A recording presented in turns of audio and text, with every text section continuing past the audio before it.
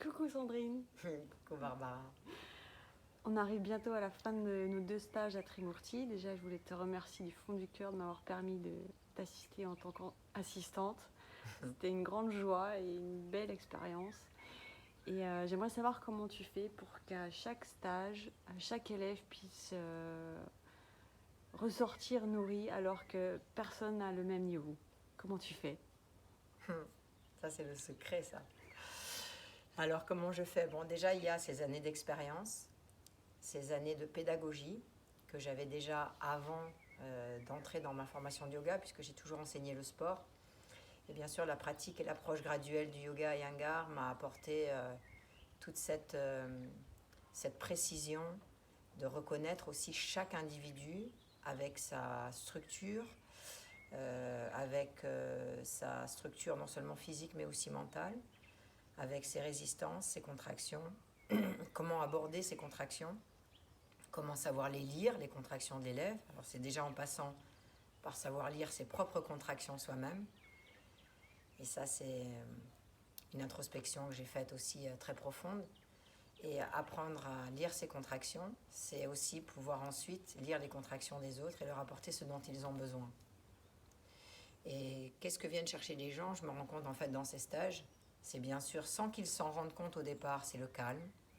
Même s'ils viennent pour d'autres objectifs, la première chose pour lesquelles les gens viennent, c'est pour se ressourcer, pour calmer ce mental agité et aussi pour reconnaître le calme qu'ils sont, mais sans s'en être encore rendu compte. Et le yoga, ça va être ce jaillissement justement de ce calme intérieur, de cette cessation du bavardage mental qui va être pour eux tout de suite clarté. Et grâce à cela, le corps va réagir différemment. Donc le corps va se lâcher, le corps va s'ouvrir. Et pourtant, ce n'est pas quelque chose dont ils avaient accès avant. C'est parce qu'ils sont dans ce calme du stage, de cette immersion, qu'ils ont accès à cette liberté. Et ça, tu le vois chez les élèves quand ils arrivent et à la fin du stage. Oui, tout à fait.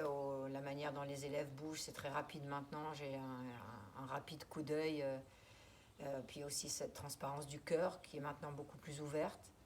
Donc j'arrive à connecter les cœurs plus facilement. Et avec cette ouverture du cœur, la vulnérabilité s'offre à moi, de l'élève. Et j'ai accès beaucoup plus facilement à ses limitations. Donc je vais œuvrer pendant tout le stage sur chaque personne selon ses limitations propres à lui-même et lui donner la nourriture dont il a besoin, les supports dont il a besoin, les asanas dont il a besoin, tout en restant dans une cohérence collective, puisqu'on est dans un groupe. Mais chaque élève sent vraiment qu'il a une attention particulière selon sa structure mentale et physique.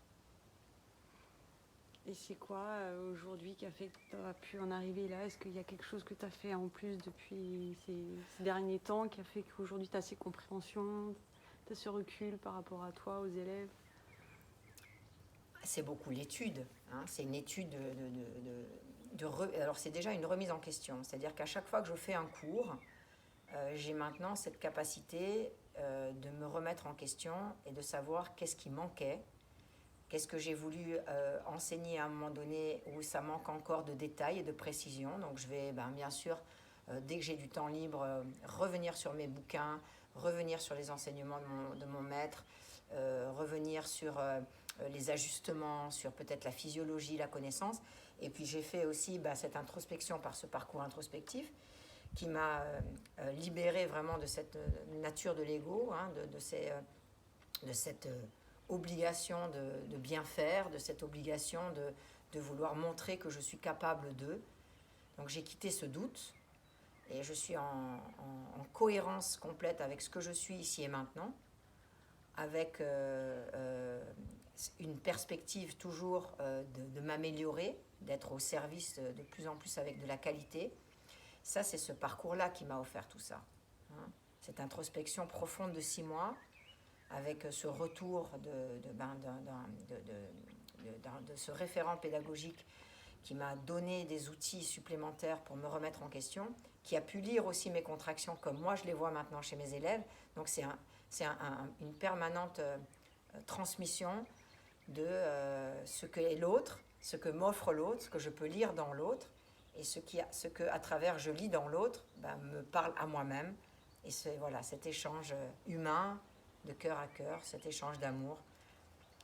C'est tout ça, cette pratique aujourd'hui que j'enseigne et que j'enseigne aussi aux futurs enseignants pour qu'on soit toute une équipe et qu'on puisse transmettre ça le plus nombreux possible au plus de gens parce qu'on en a vraiment tous besoin. Donc tu as vu la différence, même au niveau d'enseigner, Ouais, complètement. avant et après ce parcours. Ah, complètement. Complètement. Et même tes élèves, je crois, ils t'ont fait un retour de... Oui, les élèves aussi, mes anciens élèves, enfin ceux qui continuent à me suivre mais qui sont là depuis longtemps, qui m'ont fait confiance toutes ces années, oui, m'ont parlé d'une certaine transformation, des choses qui se sont modifiées dans ma façon d'être auprès d'eux, aussi dans ma manière de transmettre des consignes qui étaient peut-être avant très directives et qui sont maintenant beaucoup plus douces et beaucoup plus adaptées et sans forcer. En tout cas, en tant qu'assistante, moi j'ai été ravie, ça a été très doux, il n'y avait aucun moment où j'étais perturbée ou mise en danger, on va dire, de ne pas pouvoir savoir quoi faire ni comment agir. Enfin voilà, c'était simple et facile. Donc merci pour toute cette bienveillance et cet amour que tu donnes à chaque instant. Merci Barbara. Il y a une manière d'aider l'assistant pour qu'il avance. Je sais qu'il y a d'autres façons de faire, puisque j'ai pu aussi goûter à d'autres manières de faire, voir d'autres manières de faire, c'est-à-dire mettre vraiment l'étudiant en grande difficulté face à lui-même. Et je pense que maintenant, il n'y a plus besoin d'être dans cette frustration-là, de mettre l'élève dans un état de frustration ou d'infériorité pour qu'il puisse avancer. Il y a une autre manière de faire, beaucoup plus subtile. Donc de la manière dont je vais aider mes élèves qui viennent en cours, de la même manière, je vais aider mes assistants. Je ne suis pas là pour faire du cassage d'assistants ou du cassage d'élèves, pas du tout. Je veux juste que chaque élève et que chaque assistant il puisse se révéler dans son processus. Et pour qu'il puisse se révéler, je suis là pour lui donner de la matière de révélation et non pas pour lui donner de la matière de castration. Voilà. C'est ce que j'ai ressenti, alors merci. Merci à toi.